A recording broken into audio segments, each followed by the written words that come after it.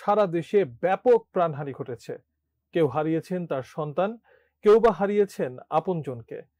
পুলিশের বুলেটের সামনে বুক পেতে দেওয়ার ঘটনাও ঘটেছে এবারের এই আন্দোলনে। তেমনি একটি হৃদয় বিদারক ঘটনা উঠে এসেছে জাতীয় দৈনিক প্রথম আলোর একটি প্রতিবেদনে। পিতার সামনে সন্তানের করুণ মৃত্যুর সেই তথ্যই তুলে ধরেছেন সহকর্মী মোহাম্মদ সোহাগ বিশ্বাস। জাতীয় দৈনিক প্রথম আলোর একটি প্রতিবেদনে ২৬ জুলাই বলা হয়, ১৮ জুলাই বৃহস্পতিবার বিকেলে নরসিংদী শহরের জেলখানার মোড়ে কোটা সংস্কারের দাবিতে আন্দোলনকারীদের সঙ্গে পুলিশের ধাওয়া পাল্টা ধাওয়া ও গোলাগুলির সময় রাবার বুলেটের আঘাতে ঘটনাস্থলে মারা যায় নবম শ্রেণী পড়ুয়া তাহমিদ ভুঁইয়া তামিম। তার লাশ স্ট্রেচারে রেখে স্লোগান দিচ্ছিলেন আন্দোলনকারীরা। সে সময় আবারও গুলি চালায় পুলিশ। সেই গুলি তাহমিদের লাশেও লাগে। প্রায় ১০০ গজ দূরে দাঁড়িয়ে তাহমিদের বাবা রফিকুল ইসলাম ভুঁইয়া অসহায়ের মতো সেই দৃশ্য দেখেছেন।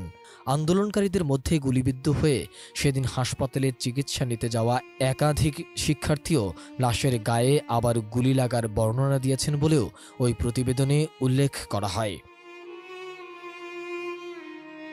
নিহত তাহমিদ নাসিমা কাদির মোল্লা হাই স্কুল অ্যান্ড হোমসের শিক্ষার্থী ছিল।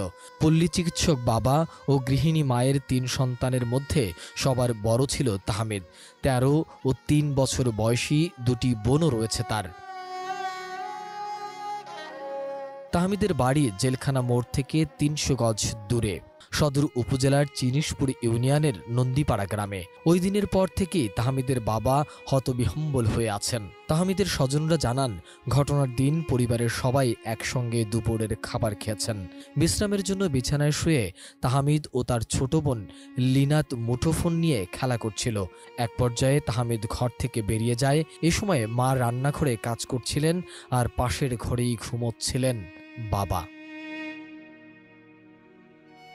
ওই প্রতিবেদনে আরও বলা হয়, তাহমিদকে কোথাও না পেয়ে পরিবারের সদস্যরা খোঁজাখুঁজি শুরু করেন। ততক্ষণে তাহমিদ জেলখানার মোড়ে গিয়ে আন্দোলনকারীদের সঙ্গে মিশে যায়। সেখানে পুলিশ গুলি চালায়। ঘটনাস্থলের ঠিক কোন স্থানে তাহমিদ পুলিশের রাবার বুলেটে বিদ্ধ হয়েছে তা জানা যায়নি। আন্দোলনরত ব্যক্তিরা গুলিবিদ্ধ তাহমিদকে নিয়ে পাশের ১০০ শয্যা বিশিষ্ট জেলা হাসপাতালের জরুরি বিভাগে যান। চিকিৎসক মৃত ঘোষণা করার পরই তার লাশ হাসপাতালে স্ট্রেচারে করে আন্দোলনস্থলে নিয়ে আসা হয়। হাসপাতাল থেকে বেরিয়ে স্টেডিয়ামের ফটকে শহীদ মিনারের সামনে জেলখানার মোড়ের কাছে তাহমিদের লাশ স্ট্রেচারে করে নিয়ে আসেন শিক্ষার্থীরা।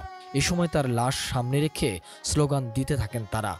আর তখনই তাদের লক্ষ্য করে আবারও গুলি চালানো হয়। সে সময় ওই জায়গায় উপস্থিত হন তাহমিদের বাবা রফিকুল ইসলাম। নিরুপায় বাবা হতবিহ্বল দৃষ্টিতে দেখেন ছেলের লাশে আবারও গুলি লাগার মতো অবিশ্বাস্য ঘটনা। রফিকুল চিৎকার করতে থাকলে আন্দোলনকারীরা তাকে মসজিদের ভিতরে টেনে নিয়ে যান। গোলাগুলি কিছুটা কমলে শিক্ষার্থীদের সহায়তায় তাহমিদের লাশ নিয়ে বাড়িতে ফেরেন রফিকুল। ছেলের বিদ্যালয় ও স্থানীয় ঈদগাহে ২ দফা জানাজা নামাজ শেষে ময়নাতদন্ত ছাড়াই চিনিশপুর কবরস্থানে লাশ ওই রাতেই দাফন করা হয়। মোহাম্মদ সোহাগ বিশ্বাস,